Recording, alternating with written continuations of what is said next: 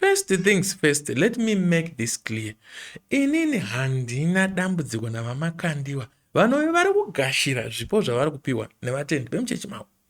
Ndine dambudziko nevatendi vemuchechi mavo vari kumanikidza hamakandiwa kuti torai kani, torai mari iyi. Ndo vanhu vandine dambudziko navo ivavo. Ndo vanhu vandine problem navo. Because these very same people vanotone hama dzine vana vari kudzingwa kuzvikoro, hama dziri kuda kuzama kumabhizimusi. Munonzwa? Asi vari kutovaudza kuti hatina fokolo, hapana kana senti.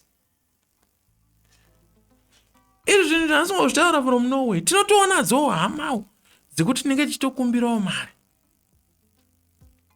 Handizoziva kuti kukumbira kwakaipa here, munhu wobirwa here, munhu woroyiwa here, kana kuti munhu wodii. Asi handione paine chakaipa kukumbira rubatsiro kuhama yako. But pane chinhu chandakadiscover kuti hama dzatinokumbira idzika idzi, uchitoikumbira so inenge ichitosemeswa newe, inenge ichitonyaudzwa. Unzwa, kunonzi kunyaudzwa nemashoko ako aunenge uchitaura. Nonga paunotaura kuti ndipo $10 kwaari zvinosvika zvitengese zviri kuti kutseke wako.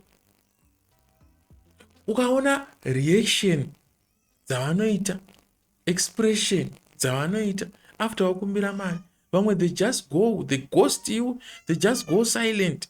But 3 days later unoona munhu achibuda pavidhio achipa mari sezvamuri kuona zviri pascreen izvi.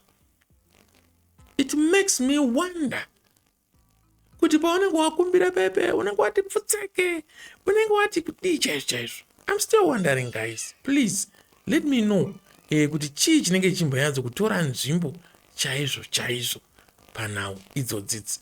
So I've seen this before. I've seen it happening. I'm just wondering. Kupa hakuna kumboipa mfunge, kupa kuchechi hakuna kumboipa. I'm not against giving, but I'm against somebody who gives muchechi so and it a lot of money. At the same time, unokwa atobva uko, makusena atombokumbirwa nehama yake kuti vana vadzingwa kuchikoro ndipewo $10. Then you see the same person stretching his hand achipa $200, $500. Ipapo ndine kwesena kana Mwari chaiye chimbondipinduraiwo. Mwari chimbondipindurai mumbonyatsondiudza kuti zvinenge zvichimbofamba sei. Because zvinotyisa.